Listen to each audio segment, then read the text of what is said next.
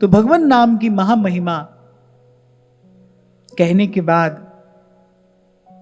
फिर शौनकादि ऋषियों ने संतों की महिमा कही है।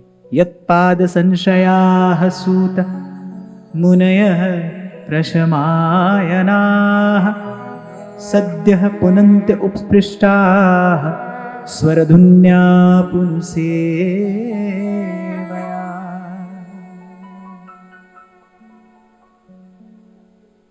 यहां से शौनकादि ऋषि कह रहे हैं कि बोले गंगा जी जैसे तीर्थ तो बड़े दीर्घ काल तक सेवन करने के बाद ही कुछ शुद्धि प्रदान करते हैं। पहली बात तो तीर्थ का दीर्घ काल तक सेवन किया जाए, और फिर तीर्थ सेवन में जो विधि है और जो निषेध है उसका पालन करते हुए यदि तीर्थ का सेवन किया जाए तब तीर्थ फलप्रद है, तब तीर्थ का सेवन फलप्रद है।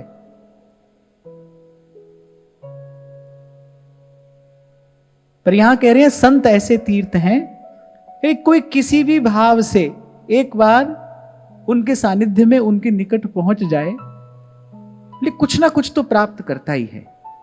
संत उदाहरण देते हैं, कहते हैं कि जैसे चंदन के वृक्ष को जो काटने जाता है, हाथ में कुल्हाड़ी लेकर जो चंदन के वृक्ष को काटने जा रहा है, बोले सुगंध तो चंदन का वृक्ष उसको भी देता है। सुगंधित वायु, थोड़ी शीतलता उसको भी प्राप्त होती है। यहां कहने का तात्पर्य यह है, जो मैं कई बार आपसे निवेदन करता हूं, कि तीर्थ का स्नान अच्छा है, तीर्थ का सेवन अच्छा है, पर तीर्थ नहाए एक फल, ये स्मरण रहे। उसका एक ही फल है, अधिक से अधिक एक ही फल देगा वो, और वो क्या है? पुण्य। तीर्थ नहाए एक फल, संतों ने विचार कर कहा है। और जहां से ये चर्चा आरंभ हुई, सबसे पहली बात ऋषियों ने क्या कही? भाई थोड़ा सा जीवन है, अल्प सा जीवन है। मंदाः सुमंदमतयो मंदभाग्या युपद्रुताः, थोड़ा सा जीवन, कह रहे वो भी आधियों व्याधियों से भरा हुआ है, वो भी अनेक अनेक प्रकार की विघ्न बाधाओं से भरा हुआ है। थोड़ी सी बुद्धि, और उसमें भी जाने कितने विक्षेप हैं, कितना मन चंचल है। और फिर कह रहे जब इन शास्त्रों पुराणों की ओर देखते हैं, कह रहे ये तो बिल्कुल समुद्र के जैसे हैं। एक भी शास्त्र को पूरे जीवन में सम्यक प्रकार से समझ पाना सरल नहीं है। आप शास्त्र चिंतन करना आरंभ करो, आपको वहां कोई कैसी बात कहता मिलेगा, कोई कैसी बात कहता मिलेगा। एक विद्वान एक बात कहेगा, दूसरा आकर उसकी बात को खंडन करके अपनी कोई और बात कहेगा। समय के अनुसार शास्त्रों की भी गति, उनका भी रूप बदलता रहता है। तो ऋषि मुनियों ने कहा भाई थोड़ा सा जीवन है, थोड़ा सा समय है, और उसमें भी समुद्र के जैसे ये सब शास्त्र हैं, इनके विचार हैं, कोई कैसे इनकी थाह पाए, कैसे मन को टिकाना मिले। तो गिरे भाई बुद्धिमानी तो इसी में है कि ऐसा कोई संत मिले जो मेरी लाहे सगली चिंत, जो सीधे सीधे तार हरि से जोड़े। ऐसा कोई संत मिले जो तार हरि से जोड़े।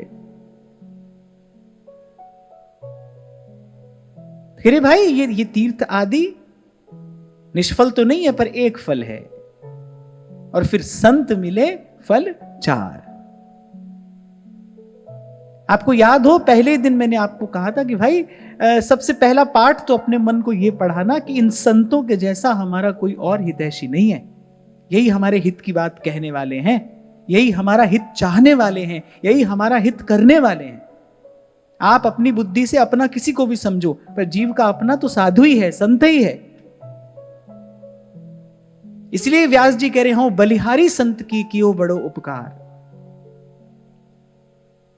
इनकी बात को मान लेने में हित है, और ये कह रहे हैं, कबीर कह रहे मैं विचार कर कह रहा हूं, सार की बात तुमको निकाल कर दे रहा हूं तुम्हारे हाथ में।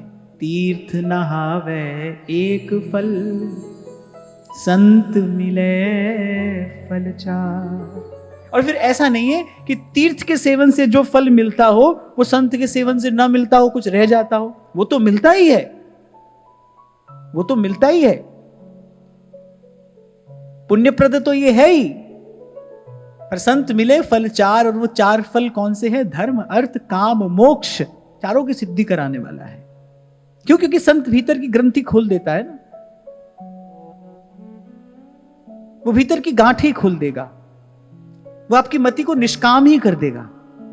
संत का सेवन करते रहे तो मति निष्काम हो जाएगी। ये जो संसार के विषय की ओर दौड़ दौड़ के जाता है ना मन, मन की सारी दौड़ समाप्त हो जाती है।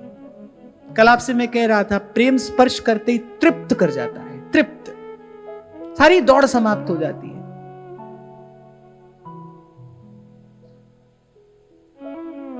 ये तृप्ति के ही तो शब्द हैं। सुख पाया, सुख पाया, हम जितनी बार गाते हैं हमको भी सुख मिलता है। क्यों? क्योंकि इन शब्दों में सुख है, और इन शब्दों के मूल में, इन शब्दों के मूल में पूर्ण तृप्ति है। वहां से ये शब्द आए हैं। प्रेम तृप्त कर जाएगा, सारी दौड़ समाप्त हो जाएगी।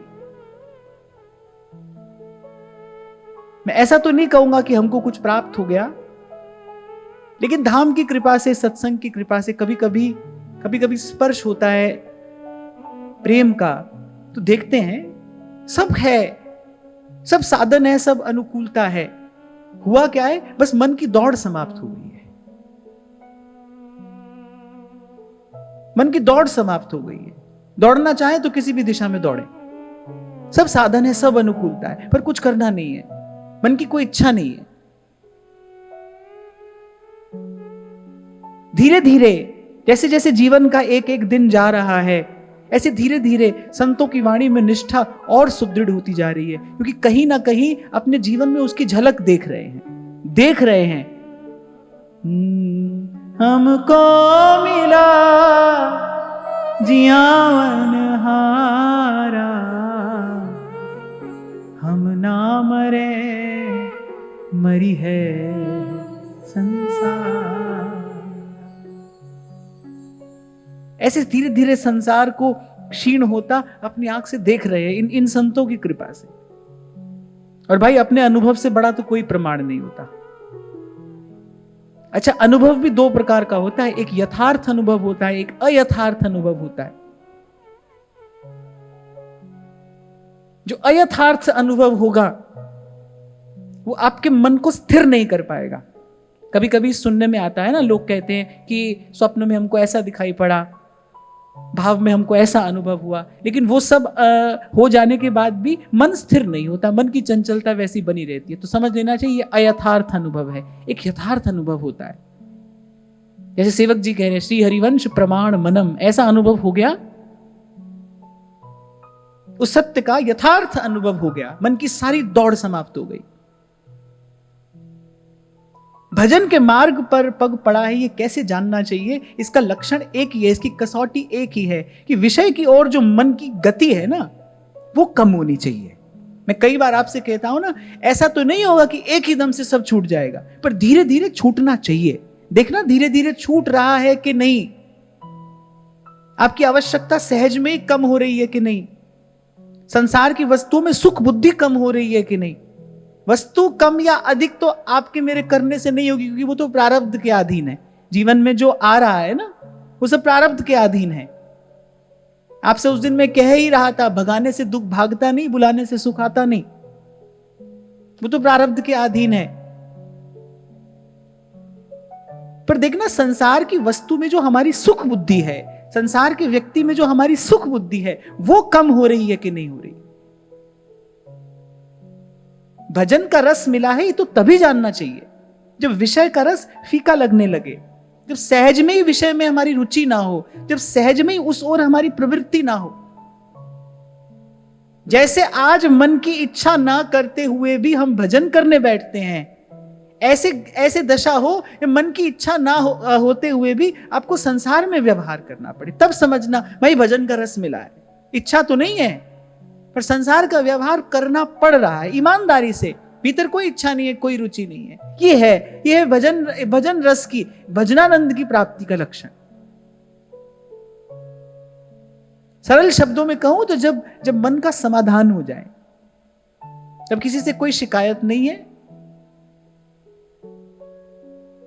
न लेना है न देना है, मन को सदा रहने वाला एक सुख, एक आनंद मिल गया है। और कोई कहने की बात नहीं है। ऐसा ना समझना कि मैं कोई आपको उपदेश दे रहा हूं, पढ़ी हुई बात आपको सुना रहा हूं। ना, ऐसा ही होता है और ऐसा ही होना चाहिए। रमा विलास राम अनुरागी, तुलसी बाबा कहते हैं। तजत वमन, जिस संसार के विषय में ऐसी अरुचि हो जाए। और फिर भी ध्यान रखना, जो प्रारब्ध का है वो आएगा ही। तभी तो श्री स्वामी जी महाराज कह रहे हैं, अरे अन्न मांगे आगे आवेगा। चाहे सुख हो या दुख हो, नहीं चाहोगे तो भी आएगा, आएगा।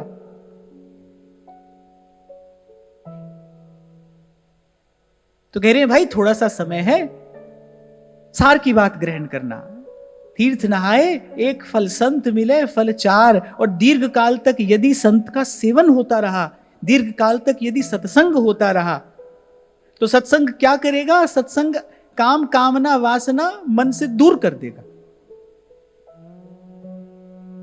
फिर इच्छा होगी भगवान से मिलने की, फिर इच्छा होगी प्रभु के निकट जाने की, फिर इच्छा होगी प्रभु को पाने की। ऐसे ही सस्ती नहीं है ये इच्छा। ये इच्छा शुद्ध अंतःकरण में ही उदय होती है। अभी तो क्या है ना, हमारे भीतर घेर मेरे है, द्वंद है, थोड़ा ये भी है थोड़ा वो भी है। और मैं आपको फिर सावधान कर दूं, जहां राम तहां काम नहीं, और जहां काम नहीं राम। तुलसी बाबा कहते हैं रात्रि और दिन एक साथ नहीं हो सकते। जहां राम तहां काम नहीं। जहां भगवत मिलन की इच्छा होगी, जहां भगवत परक इच्छा होगी, वहां संसार की कामना नहीं होगी। और यदि संसार की कामना है तो समझना अभी प्रभु से मिलने की इच्छा नहीं है। हमारा अंतःकरण शुद्ध हो गया है, हमारा मन निर्मल हो गया है। इसका लक्षण ही क्या है? कैसे पहचाना जाएगा हमारा मन शुद्ध हो गया है? जब जाही न चाही कबहू कछु, तुम संग सहज सने। ये शुद्धांतःकरण का लक्षण है।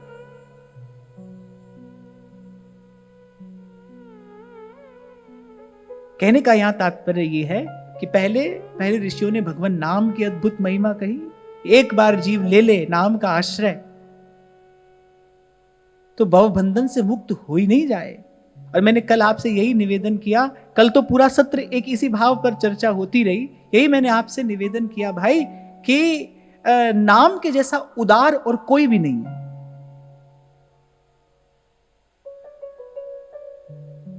भगवान का जो विग्रह है वहां भी कुछ विधि और निषेध है। वहां भी कोई उसको स्पर्श करेगा, कोई नहीं करेगा, कोई उसके निकट जा सकता है, कोई नहीं जा सकता है।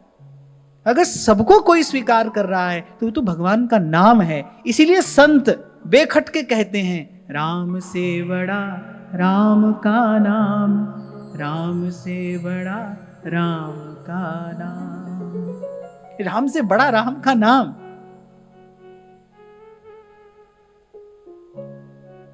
मैं पिछले सत्र की बात है ना, शायद मदन टेर वाले बाबा मुझसे कह रहे थे, बोले नाम की तो सबरी महिमा है, साधु को जीवन, बोले नाम के ही तो सहारे है, नाम के ही तो भरोसे है।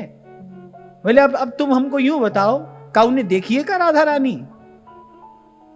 और तो ब्रजवासी बाबा है, सीधी सट्ट बात करता है। बोले काऊ ने देखी है राधा रानी? बोले नाम ही तो है, सब नाम की ही तो महिमा है।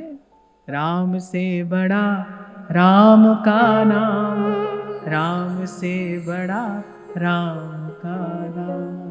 और फिर ध्रुवदास जी भी कह रहे हैं, कह रहे कुंवरी किशोरी नाम सो उपजो दृढ़ विश्वास।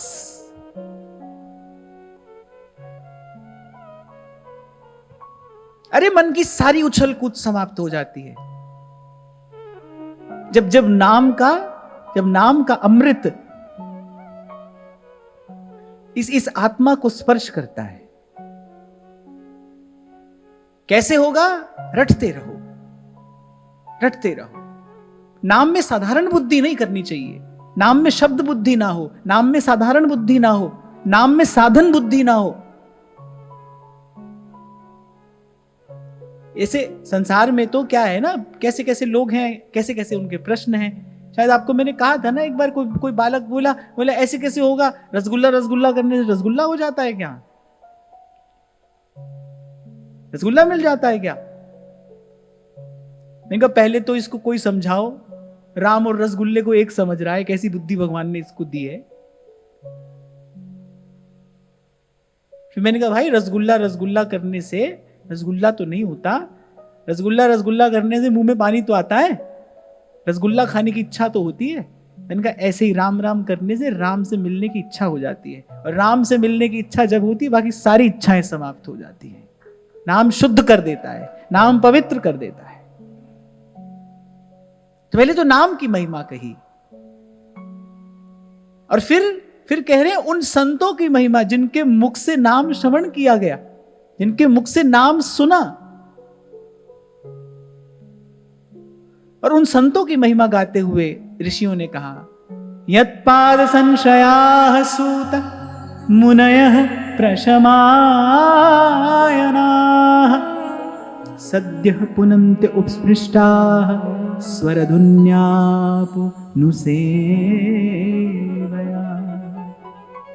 बहुत ध्यान से सुनना, कह रहे हैं संत जिसके स्पर्श मात्र से जीव पवित्र हो जाता है।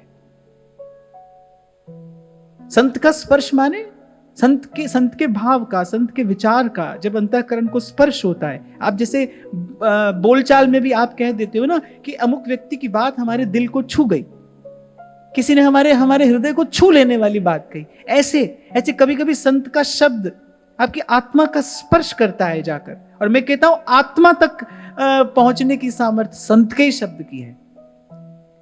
किसी का शब्द मन को अच्छा लगेगा, किसी का शब्द आपकी बुद्धि को चमत्कृत कर देगा। किसी बहुत विद्वान का, किसी बहुत पंडित का वक्तव्य सुनोगे तो आपकी बुद्धि चमत्कृत हो जाएगी, देखो कैसा ज्ञान है, कैसी प्रतिभा है। कोई स्नेह सनी बात कहेगा तो मन को छू जाती है, पर लेकिन आत्मा का स्पर्श करे ऐसा शब्द तो संत के ही मुख से प्रकट होता है, संत के ही मुख से। जैसे एक उदाहरण दूं मैं आपको। अब जैसे बंदूक की गोली होती है, उसको ऐसे उठाकर फेंको कंकर के जैसे, क्या होगा? कुछ नहीं। और वही गोली जब बंदूक में डालकर चलाई जाती है तो आर पार हो जाती है ना। ऐसे ही जब शब्द संत के मुख से प्रकट होता है, मीराबाई कह रही हैं, मेरी मेरे पार निकस गया सतगुरु मारा थी, इत उत चित्त चले नहीं कब हूं, इत उत चित्त चले नहीं कब हूं, डारी प्रेम जंजीर के जाने प्रीतम प्यारो के जाने प्रीतम प्यारो, और ना जाने पी तेरी मेरे पार निकस गया सतगुरु मारा। हाँ, पर यहां एक क्रम बताया है। कई बार मैं आपसे कहता हूं कि जब तक गुरु न मिले, जब तक संत न आए जीवन में, तब तक भगवान के नाम का आश्रय लीजिए। यहां भी ऋषियों ने यही क्रम बताया एक प्रकार से। यदि हम इसका चिंतन करें तो ऋषि मुनि कह रहे हैं पहले भगवान के नाम की महिमा है। नाम उजागर मंत्र है, कोई भी कहीं भी जपना रटना आरंभ कर दे, ले जाएगा नाम, धीरे धीरे ले जाएगा संत तक। प्रभु तक जाने का मार्ग तो संत ही है। वहां लंका में पड़े विभीषण जी दिन रात यही तो कर रहे हैं, भज श्री राम भज श्री राम, श्री राम जय राम जय जय राम। अच्छा देखो, नाम ही संत को लेकर आया। नाम बड़ी बड़ी विशाल लंका नगरी है, और अगर कभी आप वाल्मीकि रामायण में इस प्रसंग का आप यदि अध्ययन करें तो आपको आश्चर्य हो जाएगा कि श्री वाल्मीकि रामायण में तो कैसा वर्णन किया गया, हनुमान जी ने क्या क्या देखा लंका में।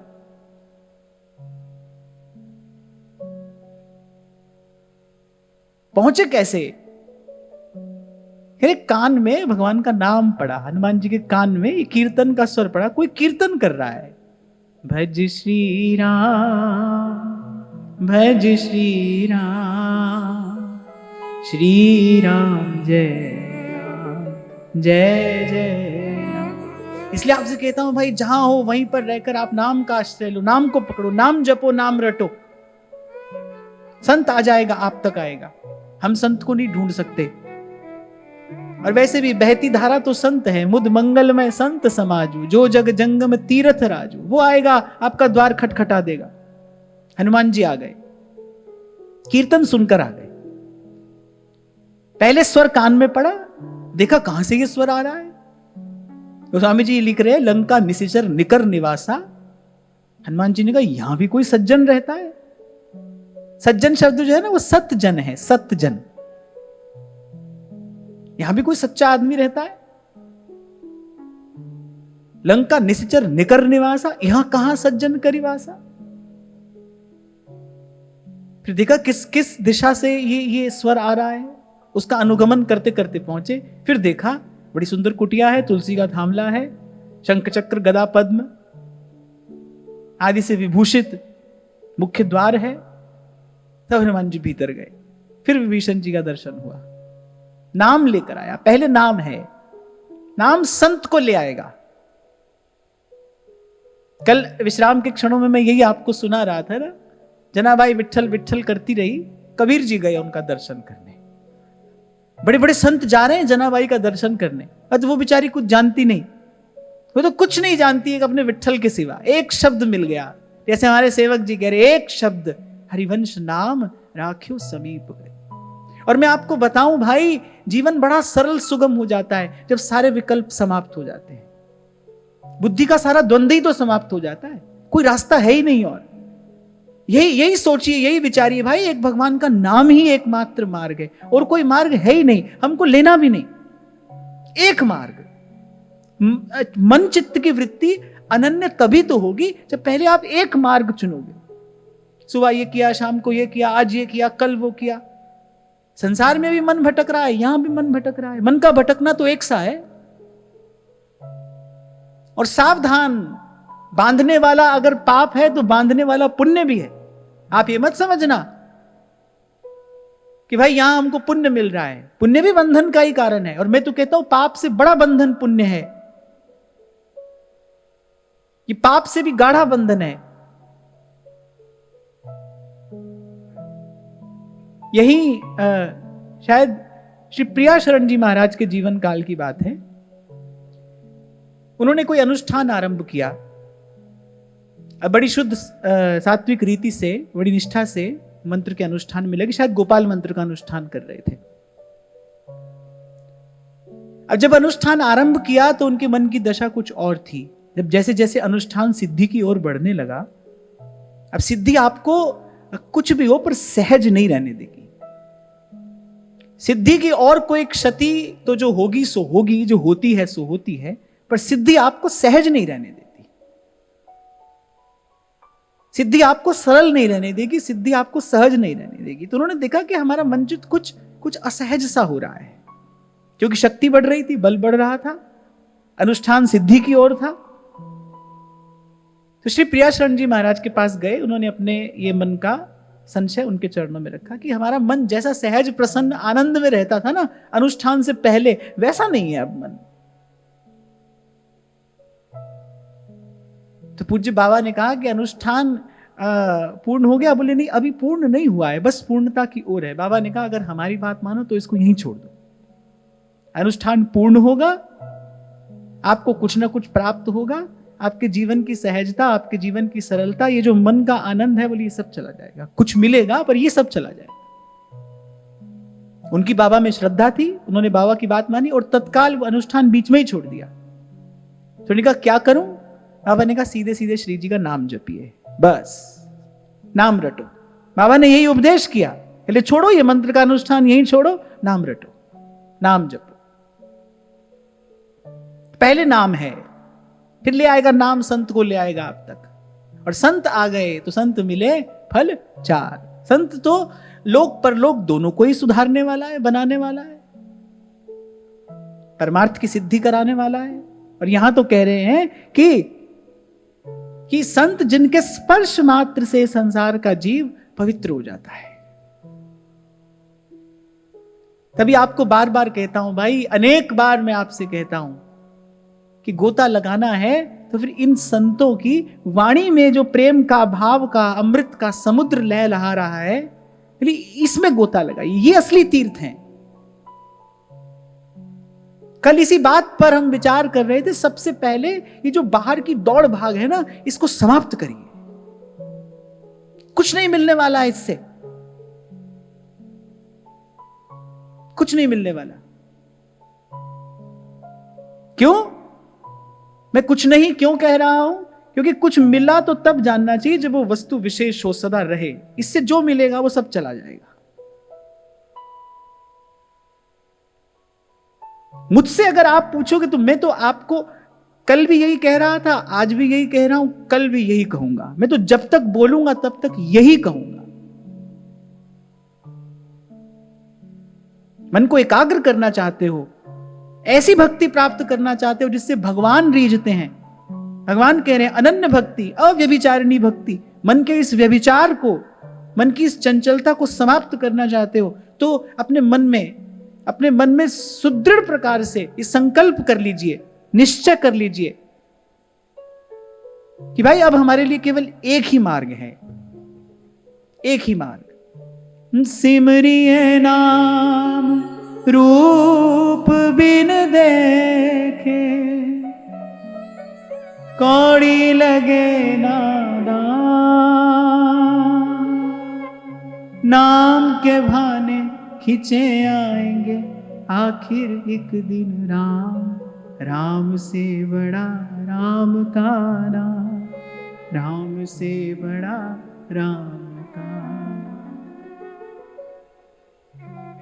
और यहां ऋषियों ने कहा कि जहां गंगा जी का जल बड़ी दीर्घ काल तक सेवन किया जाए तब पवित्र करता है, वहां इन संतों के दर्शन से, आहा क्या बात कह रहे हैं कबीर जी। दर्शन कीजिए साधु का, साहिब आवे या।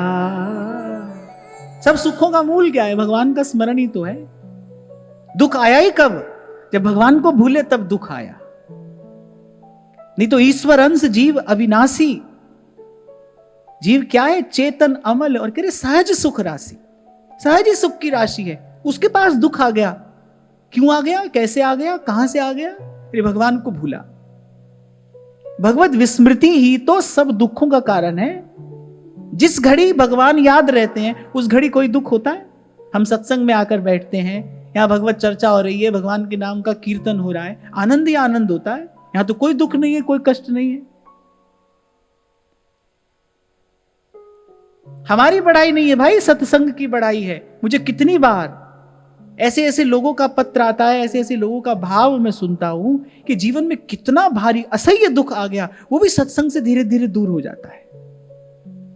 एक माता के हाथ से उसका बालक चला जाए, इससे बड़ी पीड़ा संसार में और क्या हो सकती है। ऐसी ऐसी माताएं अपना भाव लिखकर भेज दी हैं, इतना बड़ा दुख आया पर सत्संग से आधार मिल गया। सत्संग से धीरे धीरे दुख की निवृत्ति हो रही है, सत्संग से धीरे धीरे मन शांत हो रहा है। जब भगवत स्मरण है तब किसी बात का दुख नहीं है। दुख आता ही कब है? जब भगवान भूल जाते हैं। और भगवान की माया का काम क्या है? भगवान को भुला देना। और वहां संत, उसकी महिमा, दर्शन की जय साधु का, साहिब आवे या। तुलसी बाबा कहते हैं सो जानब सत्संग प्रभाव, लोकहु वेद न आन उपाऊ।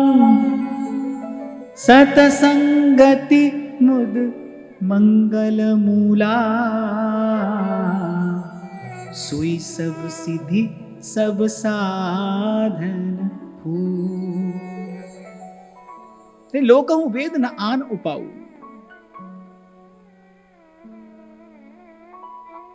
फिर भगवान ने श्रीमद् भागवत में आगे कहा है बोले जैसे सत्संग मुझे अपने बस में कर लेता है ना, ऐसा कोई और साधन नहीं है।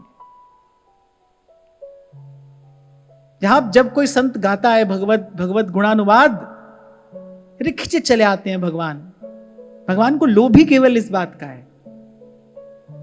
जब भक्त प्रेम में भाव में भरकर गाता है ना भगवान का गुण, भगवान की महिमा, अरे खिंचे चले आते हैं, दौड़े चले आते हैं भगवान।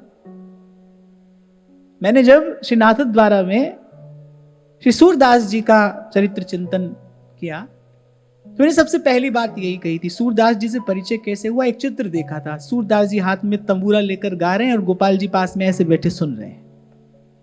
ऐसे जब भक्त गाते हैं, भगवान कह रहे हैं, नाहं वसामि वैकुंठे योगिनां हृदयेन च मद्भक्ता यत्र गायन्ति तत्र तिष्ठामि नारद।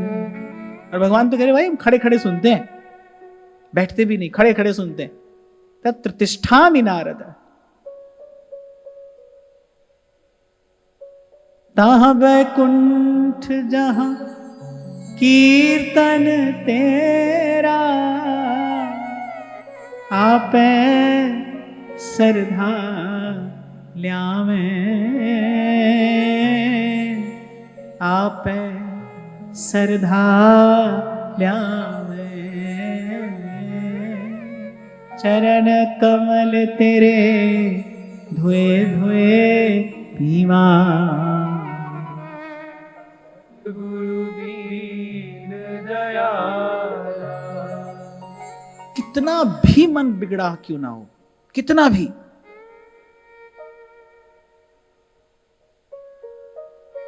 एक बार बस किसी संत के पास पहुंच जाए। तभी आपसे कई बार कहता हूं भाई, सबसे बड़ा हित किसी का यही है, ला सको तो किसी को सत्संग तक ले आओ, बस इससे बड़ा कोई हित नहीं कर सकते हैं आप किसी का। ये सबसे बड़ा हित साधन है जो कोई मनुष्य किसी दूसरे मनुष्य का कर सकता है। हित साधन किसी प्रकार से उसको सत्संग तक पहुंचा दिया जाए। पुराण का ऐसा वाक्य है कि किसी एक व्यक्ति को सत्संग में ले आने का पुण्य क्या है, बोले जो पुण्य मंदिर बनाने से मिलता है वो किसी एक मनुष्य को सत्संग तक ले आने में प्राप्त होता है। हमको यद्यपि इस पुण्य बुद्धि से काम नहीं करना है कि हमको मंदिर बनाने का पुण्य मिले, पर भगवान प्रसन्न होते हैं इससे। ये कार्य भगवत प्रीत्यार्थ किया जाना चाहिए। अगर आप कर सको तो ये कार्य करना चाहिए, किसी एक व्यक्ति को ले आइए सत्संग तक।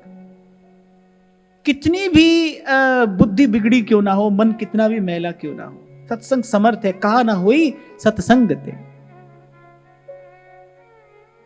सठ सुधरही सतसंगति पाई, पारस परस कुधातु सुहाई।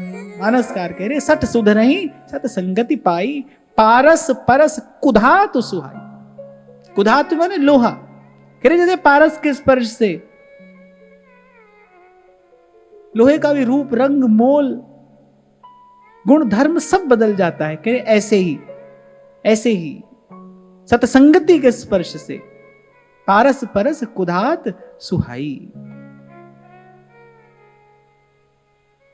और फिर सो जानब सतसंग प्रभाव। एक बार तो सुनो तो ऐसा लगता है कि जैसे कुछ अधिक ही कह दिया है गोस्वामी जी ने, कि बिनु प्रयास। तुलसी बाबा कह रहे पुण्य पुंज बिन मिलई ना संता, और सतसंगति संस्कृति कर अंता।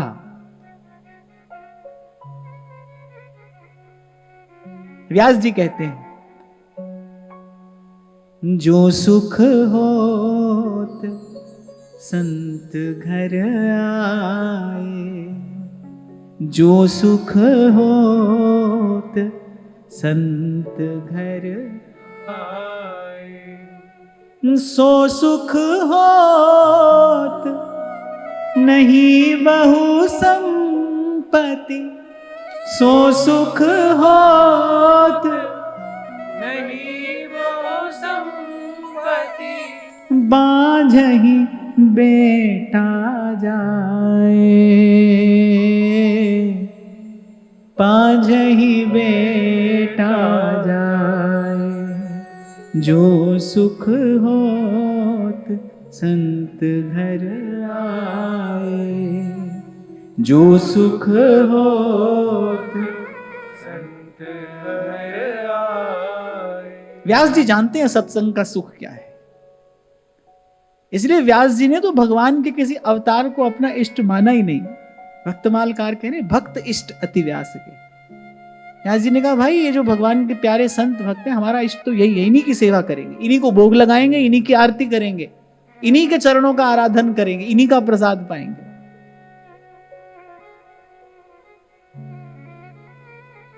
मैं तो कई बार सोचता हूं कि देखो कुछ तो मिला ना, कुछ तो मिला। श्री कबीर जी जैसे महापुरुष, बड़ी लंबी अवस्था कबीर जी ने पाई, और अंत में तो ये कहने लगे थे, मास गया पिंजर रहा। यानी इतना इतना जर्जर हो गया था उनका शरीर, ताकन लागे काग, साहिब जहुनाया, सखी मंद हमारे भाग। तभी तो कह रहे हैं जहां मरने से जग डरे। अरे कह रहे मैं तो उस पल की प्रतीक्षा कर रहा हूं जहां मरने से जग डरे, मेरे मन आनंद, कब मरी हो कब भेंटी हो पूरन परमानंद। ये तो भाई ठाकुर जी हट करके ऐसे संतों को रखते हैं संसार में, उनको यहां क्यों रहना है? जो बरसों से ये गा रहा है कछु लेना न देना मगन रहना, उनको यहां क्यों रहना है? यहां रहने के लिए भी तो कोई कारण चाहिए ना, जीने के लिए बहाना चाहिए कि नहीं, कोई कारण चाहिए।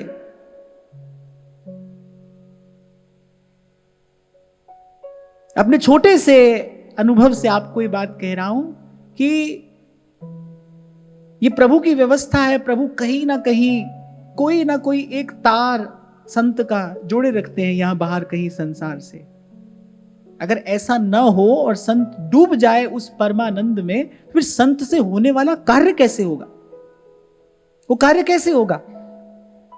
एक उदाहरण में दिया करता हूं कि भाई घी जरूरी है दीपक जलाने के लिए, लेकिन अगर बाती को पूरा का पूरा घी में डुबो दिया जाए तो दीपक नहीं जलता है, थोड़ी बाती बाहर रहती है ना, उसका एक किनारा बाहर रहता है। ऐसे ही ऐसी कोई एक डोर ठाकुर जी बाहर बांध देते हैं,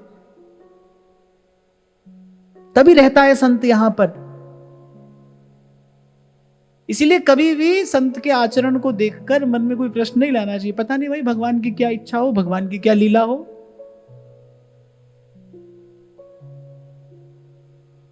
बाती डूब जाए घी में तो फिर प्रकाश कैसे होगा? कहते हैं स्वामी रामकृष्ण परमहंस अपने जीवन के अंतिम दिनों में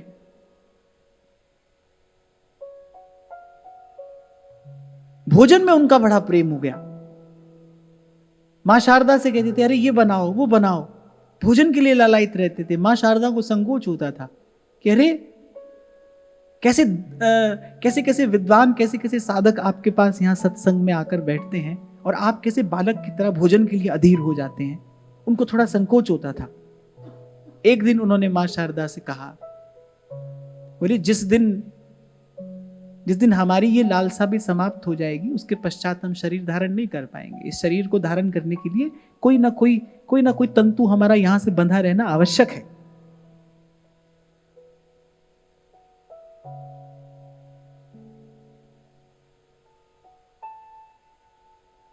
क्या कह रहा था मैं इससे पहले, उससे पहले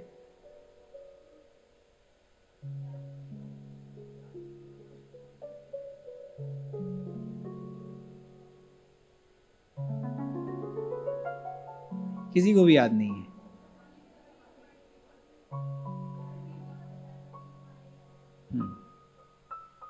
हम कह रहे थे कि कोई तो कारण रहा होगा कि कबीर जी जैसा महापुरुष वो कहता है, प्रतीक्षा कर रहे हैं कब मरी हो कब भेटी हो पूर्ण परमानंद। पूर्ण परमानंद, आनंद तो यहां भी है उनको, वो तो मस्त मगन है, उनको यहां भी आनंद है। फिर भी शरीर बंधन है ना, शरीर बंधन है। अच्छा, शरीर धारण करने का दंड सबको देना पड़ता है, सब काहू को होता है दे धरे का दंड। कबीर जी तो यहां तक कहते हैं, करे राम कृष्ण ते को बढ़ा जिन धार्यो ब्रह्मंड। राम कृष्ण ते को बड़ा जिन धार्यो ब्रह्मंड, तिन्हों को यहां हो तो है देह धरे का दंड। यहां तो भाई जब तक शरीर है तब तक भूख प्यास सर्दी गर्मी रोग शोक शरीर के साथ लगा ही है। कब मरी हो कब भेटी हो पूर्ण परमानंद, वो कबीर कहते हैं। जब जब जब घड़ी आई प्रियतम से मिलने की, जब दिव्य विमान द्वार पर खड़ा है कबीर जी को ले जाने के लिए, भगवान के धाम ले जाने के लिए, भगवान के पार्षद खड़े हैं और कबीर गाता है, राम बुलावा भेजया दिया कबीरा रो, जो सुख है सत्संग में सो बैकुंठ न हो। जो लोग कहते हैं ना कबीर निर्गुणिया संत हैं, निर्गुणिया संत बैकुंठ क्यों जाएगा भाई? कबीर जी के लिए कुछ लोग कहते हैं अरे कबीर जी तो निर्गुण उपासक हैं। ना ना ना, कबीर जी तो सच्चे सगुण उपासक हैं। वो तो जिस काल में कबीर जी अवतरित हुए उस काल में धर्म ग्रसित हो गया था पाखंड से। उस पाखंड का खंडन करने के लिए कबीर जी ने कुछ बातें ऐसी कही। अरे कबीर जी तो प्रेम प्रेम प्रेम ही करते रहे, और फिर ये पंक्तियां ही बता रही हैं कबीर जी कहां जा रहे हैं। अभी तो कह रहे हैं, जो सुख है सत्संग में सो बैकुंठ ना हो। वहां उद्धव जी भगवान अपने धाम को जाने लगे। पहले तो उद्धव जी अधीर हुए, फिर बोले नहीं यही रहेंगे, आपके भक्तों से आपके संतों से मिल बैठकर सत्संग करेंगे, यही रहेंगे।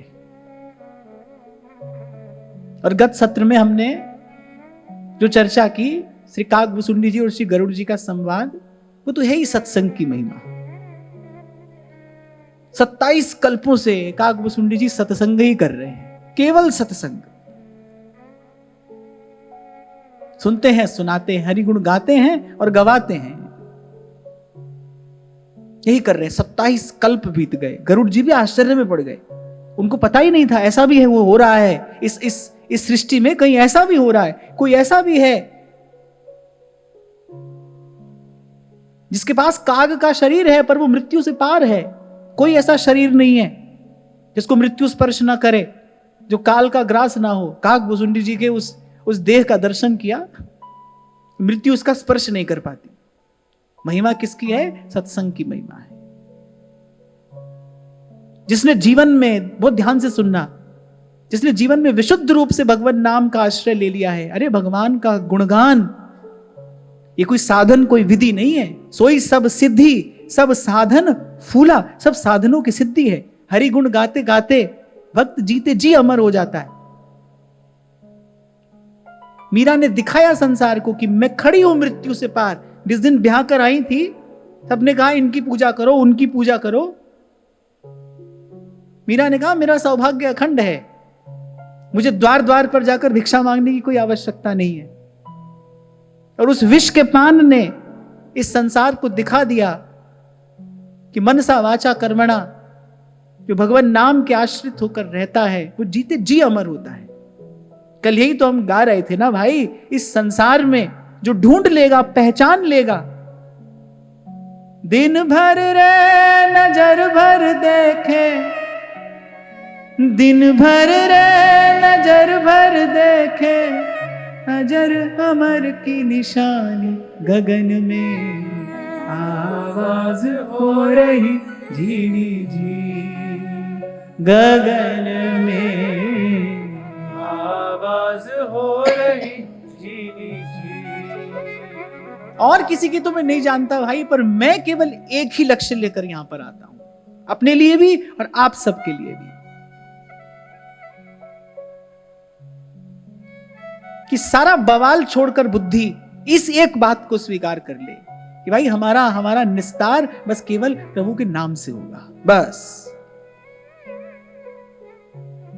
उसके बाद तो भाई नाम स्वयं समर्थ है, निज सर्वशक्ति। उसके बाद तो नाम समर्थ है, उसके बाद ना मुझे कुछ करना है ना आपको, उसके बाद तो नाम करेगा। नाम का दीपक जल जाएगा हृदय में, उसके बाद आपको मुझे थोड़ी कुछ करना है, तो नाम करेगा, करता चला जाएगा।